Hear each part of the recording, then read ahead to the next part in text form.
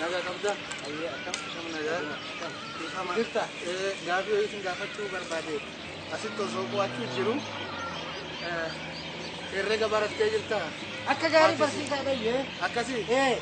Gaafadhu kafeet. Hiniif qaqqootu mijiteeti. Ilaalaal waan guddoo miti.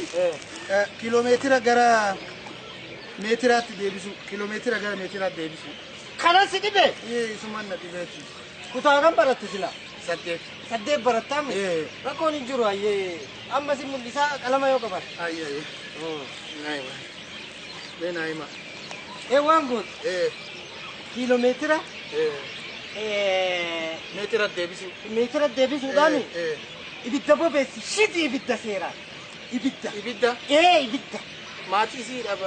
Beekee qabdi sila qalabeeta barsiisaadha. Ibidda shiddeemi kiiloomeetira fidi kaayi keessa. Kiiloomeetira fiddee gara meetira jijjiiruudhaan kana barbaadaan na eegita. Ibidda haalaan shidii.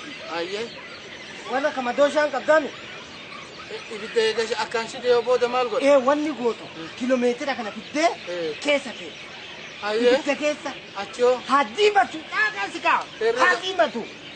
Hin diimataa miti. Fuutee baafta ibidda keessaa baafta. Ayyee akkam godhate?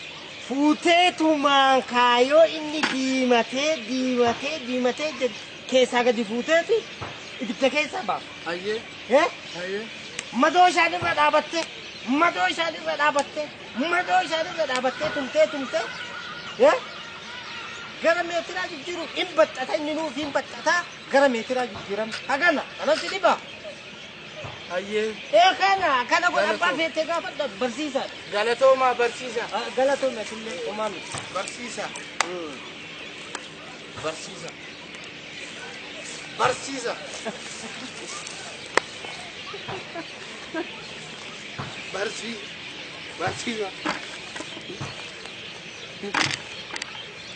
Sibiila gara maarashaatti deebisuu ka barate qotee bulaa barsiisa jedhee kiiloomeetira gara meetiraatti deebisuu.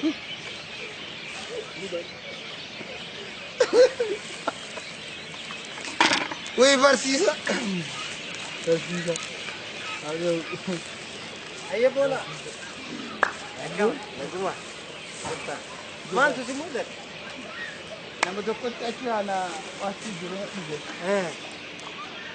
Kiiloomeetira gara meetiraatti jijjiiruutu na dhibe. Oduma beeku gaafadhaman. Ayyee.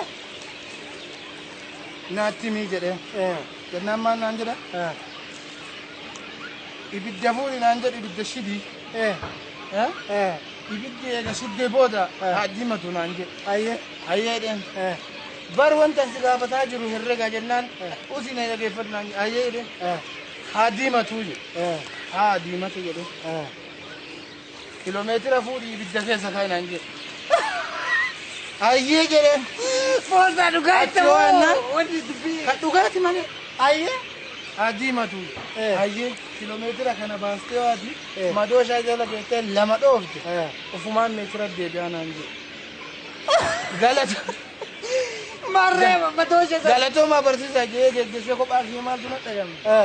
Namni kun nama kiiloomeetira gara meetira deebisaa ture osoo hin ta'in nama sibiila gara maarashaa deebise ta'uu nuu dhuga jee.